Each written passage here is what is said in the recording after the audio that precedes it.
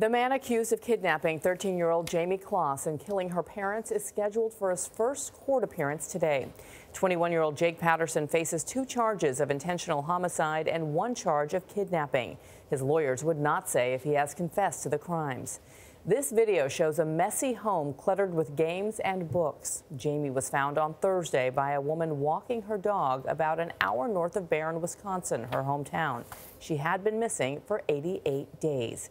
Gayle is in Barron this morning, where she spoke to members of Jayme's family who are taking care of her. And boy, Gayle, I bet they're hugging her ever so tightly this morning.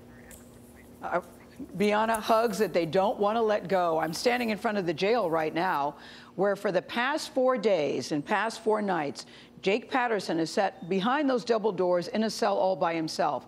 I saw a sheriff's deputy here last night who told me that he saw him. He has not spoken to him, but I said, what does he look like? How is he feeling? He goes, all I can tell you is he looks like his mugshot, expressionless with no emotion. Well, contrast that to the Closs family. A lot of emotion there from the people who love Jayme Closs. They say she has been laughing, yes, laughing, and talking a lot, they say, but they don't know much about what happened to her while she was held captive for 88 days. So we spoke with 2 of Jayme's aunts. That's Aunt Sue Allard and Lynn Closs, and her cousin Lindsey Smith, who calls Jayme her new little sister. Jayme's family told us why they're going to court to see Jake Patterson later today and how they have handled the grief of losing Jayme's parents. I look at all 3 of you sitting here today because as exciting and exhilarating as this is, there's also another very painful part, that your brother-in-law, your sister, your aunt is no longer with us. How do you handle those 2 thoughts at the same time? We have backburnered their death. It's kind of how I've done it in my head. Right? Yeah, it's like they were murdered, and it was shocking and horrible and hideous. But we didn't know we had this little girl that we couldn't find. We kind of said, okay, as horrible as that is, we got to put it here, and we got to find her, and we're going to get her. And I think that's partly why we didn't quit looking for her, because for them too, it was like, we will find her. You know, there's a lot of questions. The big question is, where did he pick her out from to target? Was it from a picture? Did he see her somewhere in public? Yeah, how did you choose her, and why? Yes. Was she your obsession? Where did this come from?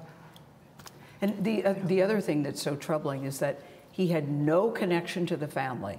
And I'm sure you all have racked your brains about it. Did anybody know this guy? Yeah, there's nothing. Mr. Patterson will be making his first appearance in court.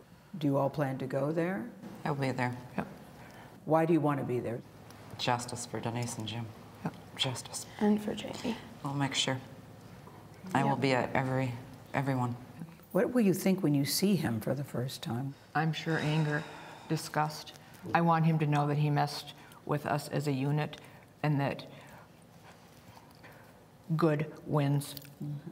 And that is not him. And Lindsey, you work in the prison where he is? I work in the jail, yes. Where he's being held? Yes. Have you seen him? I have not, and I have talked to the sheriff, my jail captain, and they're doing what they can, and I will not deal with him. I can't. What has touched you most about the outpouring? Because I would imagine people all around the country are reaching out to you. I cannot believe all the things people want to do.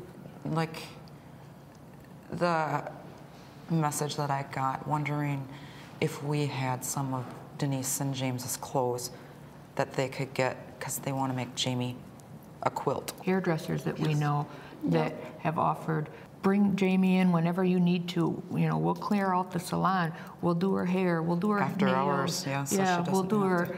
I mean, people are just giving and giving and giving. It's just incredible.